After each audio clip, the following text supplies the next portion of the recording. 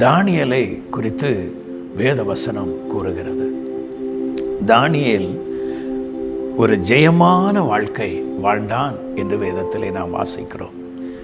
கர்த்தருடைய நாமம் மகிமைப்படட்டும். தானியேல் 6ஆம் அதிகாரம் கடைசி வசனத்தை நீங்கள் வாசிக்கும்போது, ஒரு சில வசனங்களை நீங்கள் வாசிக்கும்போது தானியேலின் காரியம் ஜெயமாய் இருந்தது என்று வேதத்திலே வாசிக்கிறோம். அந்த பாபிலோன் தேசத்தில், பாவம் நிறைந்த அந்த தேசத்தில் பரிசுத்தமாய் வாழ ஆவியானவர் பலன் கொடுத்தாரே. இந்த ஆவியானவர் உங்களையும் பலப்படுத்த விரும்புகிறார்.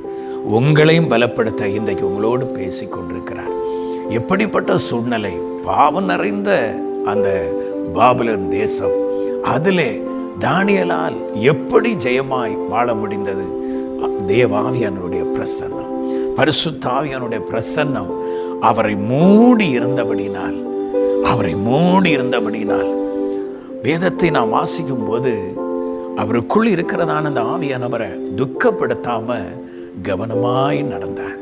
ஆகையினால் பாபிலோனிலும் ஜெயமான வாழ்க்கை அவரால் வாழ முடிந்தது.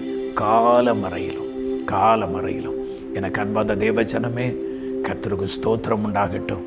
ஜெயமில்லாத வாழ்க்கையை வாழ்ந்து தடுமாறிக்கொண்டிருக்கிறீங்களா? பயப்படாதீங்க.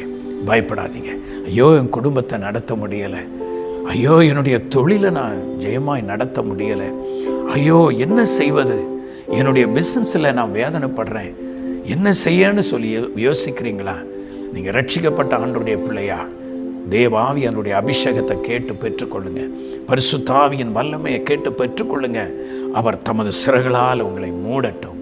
ஜெயமான வாழ்க்கை வாழலாம். கர்த்தருடைய நாமம் மகிமைப்படட்டும்.